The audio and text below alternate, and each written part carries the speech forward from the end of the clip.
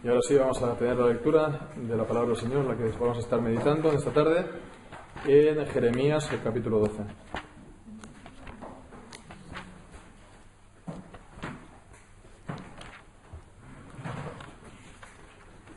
Y dice así, pues, la palabra del Señor.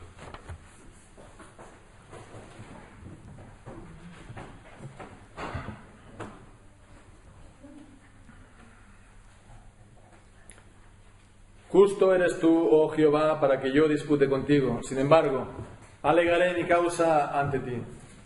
¿Por qué es prosperado el camino de los impíos y tienen bien todos los que se portan deslealmente? Los plantaste y echaron raíces, crecieron y dieron fruto.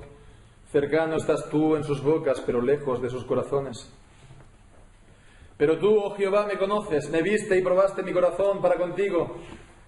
Arrebátalos como a ovejas para el degolladero y señálalos para el día de la matanza. ¿Hasta cuándo está desierta la tierra y marchita la hierba de todo el campo? Por la maldad de los que en ella moran, faltaron los ganados y las aves, porque dijeron, no verá Dios nuestro fin. Si corriste con los de a pie y te cansaron, ¿cómo contenderás con los caballos? Y si en la tierra de paz no estabas seguro, ¿cómo harás en la espesura del Jordán? Porque aún tus hermanos y la casa de tu padre, aún ellos se levantaron contra ti. Aún ellos dieron grito en pos de ti. No los creas cuando bien te hablen. He dejado mi casa, desamparé mi heredad. He entregado lo que amaba mi alma en mano de sus enemigos. Mi heredad fue para mí como león en la selva. Contra mí dio su rugido, por tanto la aborrecí. ¿Es mi heredad para mí como ave de rapiña de muchos colores? ¿No están contra ella aves de rapiña en derredor? Venid, reuníos, vosotras todas las fieras del campo, venid a devorarla. Muchos pastores han destruido mi viña, hollaron mi heredad, convirtieron en desierto y soledad mi heredad preciosa. Fue puesta en asolamiento y lloró sobre mí desolada. Lloró sobre mí desolada.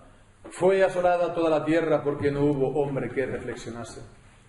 Sobre todas las alturas del desierto vinieron destruidores, porque la espada de Jehová devorará desde un extremo de la tierra hasta el otro, y no habrá paz sobre ninguna carne. Sembraron trigo y segaron espinos, tuvieron la heredad, mas no aprovecharon nada. Se aprovecharán de sus frutos a causa de la ardiente ira de Jehová. Así dijo Jehová contra todos mis malos vecinos, que tocan la heredad que hice poseer a mi pueblo Israel. He aquí que yo los arrancaré de su tierra, y arrancaré de en medio de ellos a la casa de Judá. Y después que los haya arrancado, volveré y tendré misericordia de ellos, y los haré volver a cada uno a su heredad y cada cual a su tierra. Y si cuidadosamente aprendieron en los caminos de mi pueblo, para jurar en mi nombre diciendo, vive Jehová, así como enseñaron a mi pueblo a jurar por Baal, ellos serán prosperados en medio de mi pueblo. Mas si no oyeren, arrancaré esa nación, sacándola de raíz y destruyéndola, dice Jehová. Amén. Señor, bendiga su santa palabra.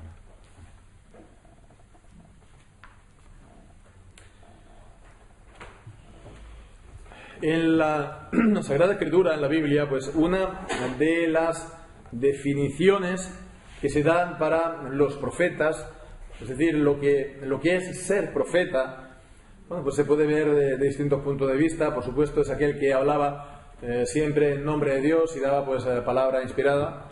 Pero lo vemos, por ejemplo, en el mismo libro de Jeremías, en el capítulo 23. Allí leemos una expresión que llama mucho la atención. En el versículo 18, Jeremías 23, 18, allí leemos, porque ¿quién estuvo en el secreto de Jehová y vio y oyó su palabra? ¿Quién estuvo atento a su palabra y la oyó? Entonces vemos aquí aquel que es el profeta es el que estuvo en el secreto del Señor, oyendo, por lo tanto, su palabra. También vemos que es algo que no lo encontramos solamente aquí en Ezequiel, por ejemplo, también en Amós, el libro del profeta Amós, en el capítulo 3, allí leemos en el versículo 7, Amós 3:7, Y dice, pues, porque no hará nada Jehová el Señor sin que revele su secreto a los siervos, los profetas. Entonces, tanto en Jeremías 23 como aquí en Amós 3, se está pues destacando el hecho de que el profeta es aquel que está en el secreto, en el plan del Señor, escuchando su palabra y dándola, por lo tanto, a conocer al pueblo, escuchando su voluntad, lo que él va a hacer y dándolo a conocer al pueblo. Pero vemos aquí también el estar en el secreto de Dios no es solamente esto. No es solamente esto. Aquí vemos en este pasaje, en este capítulo, es un ejemplo, podríamos decir por excelencia en la Biblia, de lo que es tener intimidad con Dios. Podemos ver que aquí es un ejemplo de lo que es estar en el secreto de Dios. Que el profeta está recibiendo, sí, palabra de Dios. Pero no solamente está recibiendo la palabra de Dios, sino que él también se está expresando. Y de hecho vemos aquí en el orden, en este capítulo es primero el profeta le está expresando pues sus impresiones, su estado de ánimo, sus emociones ante el estado del pueblo, y el Señor le da respuesta acerca del pueblo, pero le da una respuesta que es más allá de sus expectativas y que le lleva, por así decirlo, le abre las puertas y le muestra un panorama, una visión mucho más amplia que lo que tenía al principio Jeremías. Vemos que el Señor es como si le abriera la vista, si le ensanchara la mente a lo que Él quiere hacer con el pueblo. Como decimos, por lo tanto, comienza pues hablando Jeremías. Vemos, este capítulo es un diálogo entre Jeremías y Jehová de los ejércitos, el Señor. En los primeros 4 versículos tenemos esta palabra de Jeremías que básicamente está expresando su perplejidad ante Dios acerca de sus obras. Él está perplejo, aunque sí que es cierto, lo expresa con reverencia. Lo primero que dice: justo eres tú, oh Jehová, para que yo dispute contigo. Tú eres justo, todas tus obras son justas y además tú eres el soberano Señor. Por lo tanto, ¿quién soy yo para que dispute contigo? Y es bueno, por lo tanto, que tengamos siempre esto presente cuando hablamos con el Señor. Pero vemos que con todo y con eso, Él le abre el corazón, expresando, como decimos, esa perplejidad, que no es solamente la de Jeremías, es un tema corriente, común en la Biblia. Por ejemplo, el Salmo 73, ¿por qué prosperan los impíos? ¿Por qué los impíos les va bien? ¿Por qué ellos que no se preocupan en ti, que están transgrediendo tus mandamientos, son prosperados? Y yo, que soy piadoso, o el pueblo de Dios, estamos en este estado de abatimiento. ¿Por qué? Esto evidentemente que causa una gran perplejidad a los hijos de Dios, y Jeremías se lo está expresando. No solamente vemos que llega a esto, sino que incluso vemos en el versículo 2, dice que los plantaste, los estableciste. No es solamente que le vaya bien las cosas, ¿no?, o las cosas avancen, sino que además tiene una situación sólida en la vida. Porque, eso es la mano del Señor. Los plantaste y echaron raíces y entonces crecieron y dieron fruto. Ellos que están caracterizados como hipócritas, cercano estás tú en sus bocas, pero lejos de sus corazones. Entonces vemos, es la perplejidad ante las obras de Dios en su providencia. Dios controla todas las cosas, Dios dirige todas las cosas según su consejo, Dios las dirige según su voluntad, pero vemos que esta voluntad no nos resulta a veces aparente, clara, diáfana, de buenas a primeras, y hemos, por lo tanto, de estar confiando en el Señor, y pues en estados que estamos afectados, ir al Señor en oración para expresar lo que hay en nosotros, en nuestro corazón. Bien, pues en el versículo 3 Jeremías está pues hablando él mismo, poniéndose en contraste con los impíos. De esta manera él se está separando de ellos y él se sigue reconociendo de que, bueno, con eso, yo no quiero saber nada de ellos, yo no soy de ellos, yo soy tuyo, yo soy de tu pueblo. Dice el versículo 3, pero tú, oh Jehová, me conociste, me viste, probaste mi corazón para contigo. Y bueno, pues vemos, me conociste, y esto nos lleva al capítulo 1, cuando el Señor lo llama, que pues es también, como hemos visto esta mañana, acerca del conocimiento de Dios, de los suyos, también pues ligado a su elección.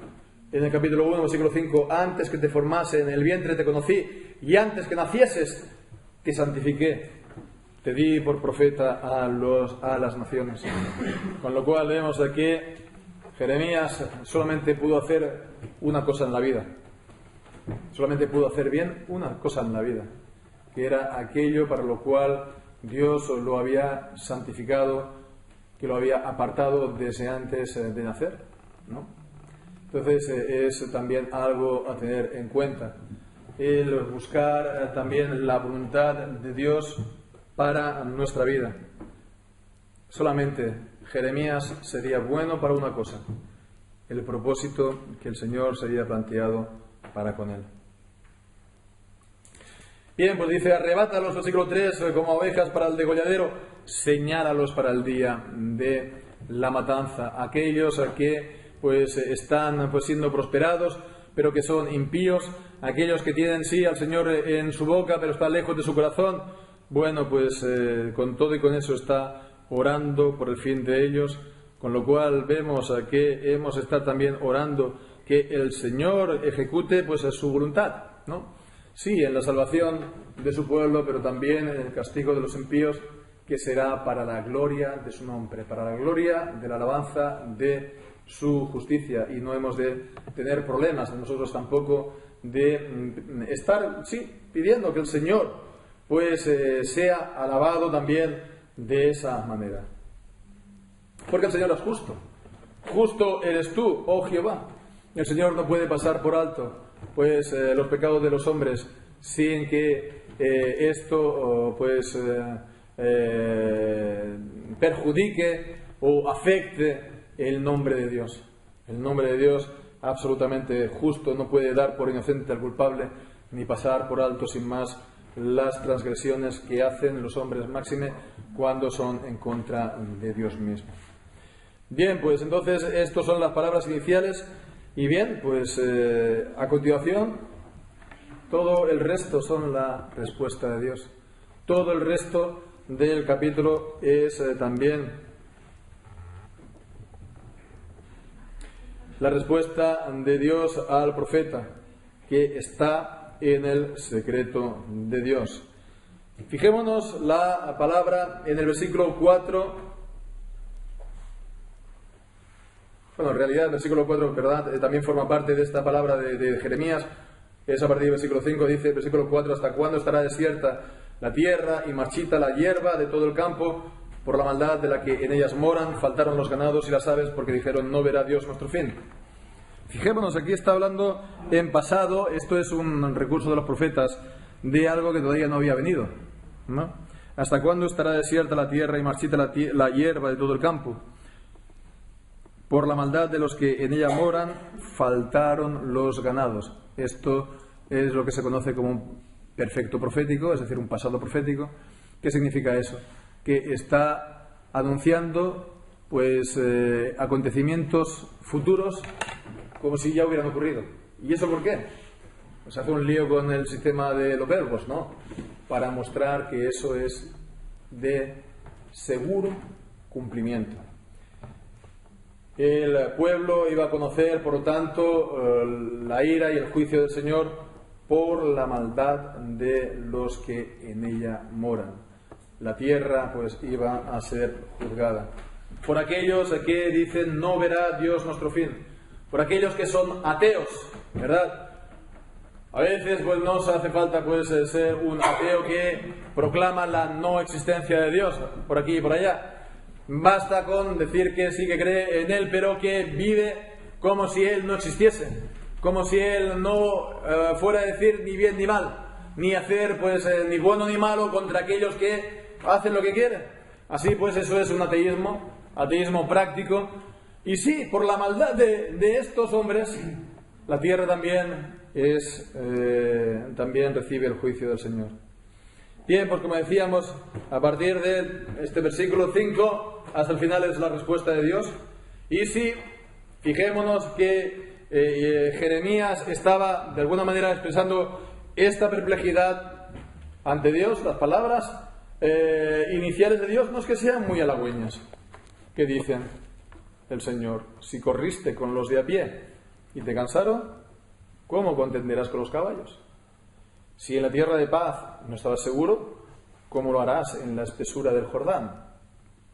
En la tierra de vegetación y de frecuentes inundaciones. Es decir, es como si Dios le estuviera diciendo así: lo que tú has vivido hasta el momento y esto te cansa, pues espera que todavía hay más. Como decían, ¿no?, antiguamente, no se vayan todavía, que aún hay más. Lo peor todavía está por venir. Por lo tanto, tú prepárate. Tú prepárate porque vas a tener que hacer frente a muchas otras cosas. Vas a tener que hacer frente a mucha más oposición. Y recuerda lo que yo te dije en el capítulo 1, ¿no? Que yo estaré contigo. Te voy a hacer pues como bronce, muralla de bronce, etcétera, etcétera. Yo estaré contigo y no prevalecerán, sino que tú te mantendrás en pie. He aquí que yo te he puesto en este día como ciudad fortificada, como columna de hierro, como muro de bronce contra toda esta tierra, contra los reyes de Judá, sus príncipes, sus sacerdotes y el pueblo de la tierra, y pelearán contra ti, pero no vencerán porque yo estoy contigo, dice Jehová, para librarte. Y esta es lo que hace que Jeremías no se derrumbe, que Dios está con él, que Dios le sostiene, que Dios le infunde las fuerzas para la batalla y está alrededor de él como muro de fuego. Bien, fijémonos, y él va a necesitar pues esas fuerzas, porque las experiencias que va a recibir son realmente dolorosas. Veíamos la semana anterior los de Anatot, los de su misma ciudad, aquellos que eran sacerdotes como él, aquellos con los cuales él se había criado. Ellos se iban a girar en contra de ellos. Pero fijémonos, el versículo 6 dice: aún tus hermanos, la casa de tu padre, aún ellos se levantarán contra ti. Aún ellos. Aún pues los que son de tu misma sangre, aún ellos que son de tu misma familia, a lo mejor hasta hermanos mismos de sangre, aunque la palabra hermanos en hebreo pues también designaba pues a primos, etcétera. Eran familias extensas, hermanos, pero también podrían ser hermanos de sangre, quién sabe. Porque es lo que nos dice también el Señor Jesucristo en Mateo, en el capítulo 10, es lo propio del Evangelio. Lo propio del Evangelio es seguir el propósito de Cristo. Él vino y dice que no fue para que todos tengan paz, ¿verdad? Una situación idílica, bucólica, ¿verdad? Paz en todas las religiones, ¿verdad? Estilo a lo Gandhi, ¿no? Flores en el campo, ¿no? A lo hippie, no, dicen, no penséis que he venido para traer paz a la tierra. No he venido para traer paz, sino espada. Espada, división, disensión. Por causa del Evangelio, por causa de aquellos que reciben el mensaje de Dios y aquellos que lo rechazan. Porque he venido para poner en disensión al hombre contra su padre, a la hija contra su madre, a la nuera contra su suegra, y los enemigos del hombre serán los de su casa. Con lo cual vemos lo importante del mensaje del Evangelio, que está por encima de los vínculos y los lazos de la sangre. La importancia suprema del Evangelio, que dice que hoy es el día de salvación, por lo cual no endurezcáis vuestros corazones. Hoy es el día de salvación. Y esta palabra de anunciar hoy es el día de salvación, de nada sirve si no se mezcla la fe con ella. Hay que mezclar la fe a este anuncio de la salvación para que sea eficaz en nuestra vida. Porque si no, nos estamos poniendo al lado equivocado de la historia, ¿no? El lado equivocado de la historia no era el que decía Obama, ¿no? Que están aquellos que no están en contra del matrimonio sexual, y todas las cosas que él pues promocionaba estaban en el lado equivocado de la historia. No, el lado equivocado de la historia no es estar en contra del progresismo ambiente, ni de las leyes de nuevo cuño que nos han metido, que nos ponen como lo más sagrado que el hombre pues ha puesto. No es eso. El lado equivocado de la historia es enfrentarse a Dios, es hacer la guerra a Dios, es hacer caso omiso a su evangelio, es no darse por aludido cuando el Señor dice arrepentíos al evangelio y creed en él. Ese es el lado equivocado de la historia. Entonces fijémonos que todo esto es de lo que le está sin duda también pues anunciando el Señor, y le está preparando a su siervo Jeremías para que él no desista. Y bien, pues todo lo que dice aquí acerca de la familia de Jeremías da pie. Ahora sigue hablando el Señor a partir del versículo 7 para que Dios hable de la heredad, mi heredad. Una y otra vez aparece esta palabra, mi casa, versículo 7, desamparé a mi heredad. O en el versículo 8, mi heredad fue para mí como león en la selva. O en el versículo 9, es mi heredad para mí como ave de rapiña de muchos colores. Vemos también en el versículo 10, muchos pastores han destruido, esta vez dice mi viña también muchas veces en Isaías capítulo 5, en otros lugares de la Escritura. Israel y el pueblo de Dios es comparado a una viña, una exclusiva propiedad del Señor, que ellos han de dar buen fruto para el Señor. Mi viña hollaron mi heredad. Entonces vemos, aquí está hablando, por lo tanto, hablaba de la casa de Jeremías, los de la casa de Jeremías, y pues Dios sigue hablando de mi casa, mi heredad, mi viña. Todas estas son expresiones que tienen un contenido acerca del pacto de Dios. Dios es el sumo soberano, el rey del universo, de todas las naciones, pero Dios es el rey de una manera especial sobre su pueblo que es su exclusiva propiedad, que es su especial tesoro sobre todos los reinos de la tierra, que es la pupila de su ojo, la niña de su ojo, ¿verdad? A quien lo toca pues lo más preciado del Señor. Y bien, pues eso ¿por qué es? Porque el pueblo ha sido pues comprado por el Señor Jesucristo, ha sido redimido por su sangre, y por lo tanto es propiedad del Señor, una propiedad exclusiva. Por eso habla de su heredad, de su propiedad. Y entonces pues vemos que pocos derechos no tiene la viña, pocos derechos tiene la propiedad sobre el propietario, pocos derechos tenemos nosotros.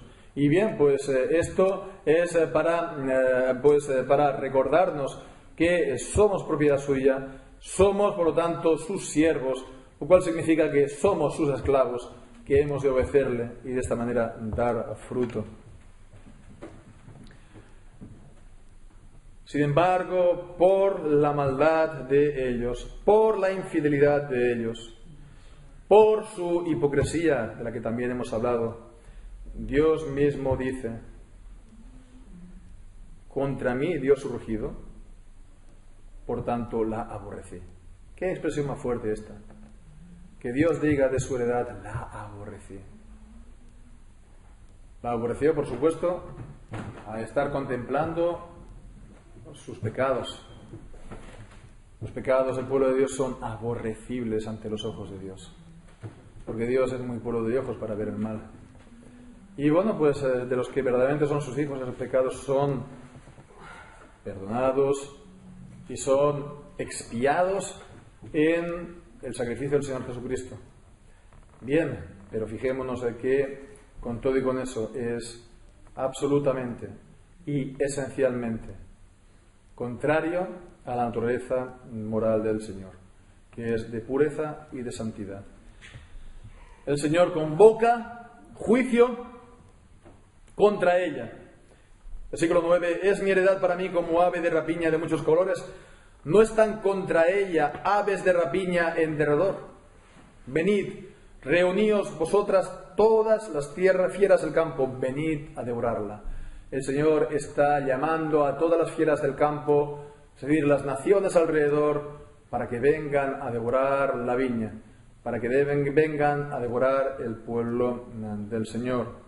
Y todo esto, pues, bueno, ya hemos hablado, la responsabilidad de esto es la causa del pecado, y dentro del pecado del pueblo también hay una graduación de importancia, porque así el pueblo en su conjunto es pues culpable y responsable, pero de una manera especial cuanto más uno haya recibido del Señor, más se le pedirá. Y la responsabilidad principal, según este pasaje, son los pastores. Versículo 10: muchos pastores han destruido mi viña, hollaron mi heredad, convirtieron en desierto y soledad mi heredad preciosa. Cuando está hablando aquí de pastores, está hablando de pastores en un sentido del Antiguo Testamento, es decir, a los reyes, sobre todo en un sentido político, a los dirigentes del pueblo, son los pastores, que ellos tenían que haber estado gobernando en nombre de Dios, ser ministros de Dios, por lo tanto, administrando su ley. Y bueno, pues ellos encontraron que era más atractivo y más interesante hacer cualquier cosa menos eso. Baal, Moloch, Milcom, Astarte, el ejército del cielo, cualquier cosa, ¿verdad? Los dioses de los sirios, cualquier cosa. Los dioses de Egipcio, es más interesante que estar sirviendo al Dios verdadero. Este es el corazón del hombre, pero este es el corazón de los dirigentes. ¿Por qué? Porque ellos, profesando ser sabios, se hicieron necios. Porque ellos, pues, tienen por bien profesar que son, bueno, pues eso, que son aquí súper sabios, súper inteligentes. Se habrán leído, pues, medio libro de este filósofo y un cuarto de aquel otro poeta y, pues, y aquel otro de aquel periodista. Y ya, wow, ellos son entonces la persona más maravillosa y, por lo tanto, pues guían a todo el pueblo en su camino de impiedad. Y bueno, realmente no hay nada nuevo debajo del sol, nos dice Eclesiastés, esto que era lo que ocurría hace casi 3.000 años, sí, casi 2.600 años atrás, 2.700 años atrás o 2.500 años atrás, es lo mismo ahora. Con todo y con eso vemos que el Señor no solamente se queda con esta visión de juicio. Veíamos pues que al principio Jeremías estaba expresando su perplejidad, su cansancio, ¿verdad?, ante esta situación. Y Dios le dice, bueno, si tú te cansas, espérate que todavía va a venir más. De esa manera preparándolo para un porvenir. Y vemos que está pues anunciando que ciertamente el juicio va a venir, con lo cual está de esa manera dando respuesta a la petición de Jeremías inicial, ¿no? ¿Por qué esto? Pues bueno, aunque tarde, vendrá. Mi heredad va a ser juzgada por la maldad de la que tú te quejas. No te preocupes, a su tiempo vendrá. Pero fijémonos que con todo y con eso el juicio no es la última palabra, porque el juicio dará paso a la restauración del pueblo. Y no solamente del pueblo, porque incluso aquellas naciones, aquellas aves de rapiña que habían venido, aquellas fieras del campo que habían venido a devorar la heredad del Señor, aquellas han de conocer la palabra de Dios por medio del pueblo, por medio de Israel, del pueblo de Dios, de la iglesia del Señor Jesucristo.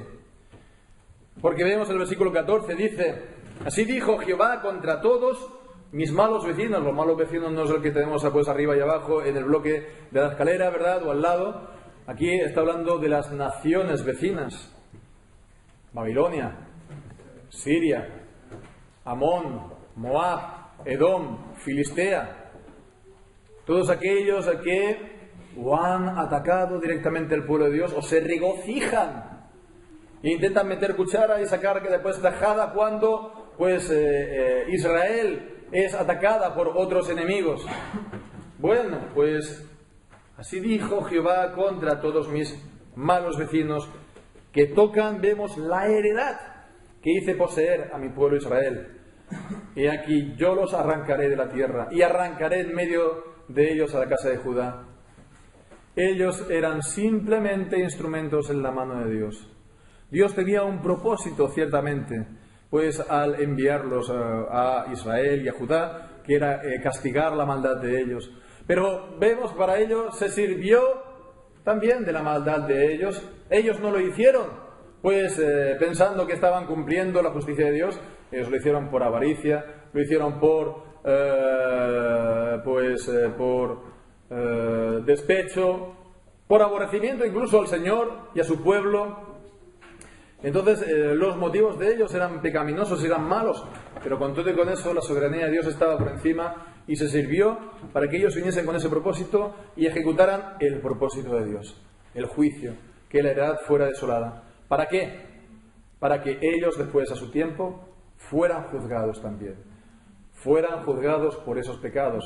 Por ejemplo, podemos verlo en el capítulo 1 y 2 de Amós, cómo está anunciando juicio uno tras otro por 3 pecados, por 4 no revocaré el castigo de cada uno de los malos vecinos de Israel, de cómo ellos pues atacaron o se aprovecharon en contra de él. Bien, pues fijémonos que cuando eso haya sido, cuando Dios haya ejecutado su propósito en Israel de juicio, pero también su propósito de juicio contra las naciones, dice que, versículo 15, volveré y tendré misericordia de ellos y los haré volver a cada uno a su tierra y cada cual a su tierra. Los del pueblo de Dios, y fijémonos, dice también, de las otras naciones. Porque a continuación, versículo 16 dice: si cuidadosamente aprendieren los caminos de mi pueblo, si esos malos vecinos, si esas malas naciones aprendieren los caminos del Señor, su palabra, sus mandamientos, si ellos se convirtieran al Dios de Israel, si ellos lo temieran y lo sirvieran, y también pues jurasen por su nombre, tuviesen el nombre de Dios por el nombre supremo al cual apelar, el nombre que pone pues fin a toda disputa, entonces dice, ellos serán prosperados en medio de mi pueblo. ¡Qué maravilla! Vemos, los pueblos de alrededor serán prosperados en medio del pueblo de Dios, tendrán heredad en medio del pueblo de Dios. Esto es una palabra hermosa del Antiguo Testamento acerca de la inclusión de los gentiles en el pueblo de Dios. Es lo que ocurre en el Evangelio, que los que son del olivo silvestre son injertados en el olivo verdadero, de manera que somos el Israel espiritual, el verdadero Israel. Somos conciudadanos de los santos, somos copartícipes de sus promesas, somos descendencia de Abraham, somos el verdadero Israel. Bien, pues entonces, eso es lo que ocurre a aquellos que sí reciben el anuncio del Evangelio y que creen en la palabra del Señor, pero si no dicen, si no oyeren, si son obstinados, como hemos visto antes, arrancaré esa nación, sacándola de raíz y destruyéndola, dice Jehová, lo cual ciertamente ocurrirá en el día final, cuando dé a cada uno su merecido. Bien, pues vemos que la bendición y la maldición, la vida y la muerte para la gente del mundo está, por un lado, en según cómo traten al pueblo de Dios. ¿verdad? La palabra inicial de Dios a Abraham fue: bendeciré a los que te bendijeren, maldeciré a los que te maldijeren. Aquellos que te traten bien, yo les voy a tratar bien por amor de ti, pero aquellos que te traten mal, yo los juzgaré. Entonces, según traten al pueblo de Dios, recibirán bienes o males, pero no solo eso. No es solamente tratarlos bien y ya está, sino vemos que es identificarse con ellos hasta el punto de que tengan la misma fe en el mismo Señor. De modo que digan: Jehová es mi Dios. Y este es el camino de la vida. Este es el camino de la salvación, del Evangelio, el cual también fue, como hemos visto, anunciado y proclamado por los profetas de antaño del Antiguo Testamento. Pues que el Señor bendiga su santa palabra. Amén.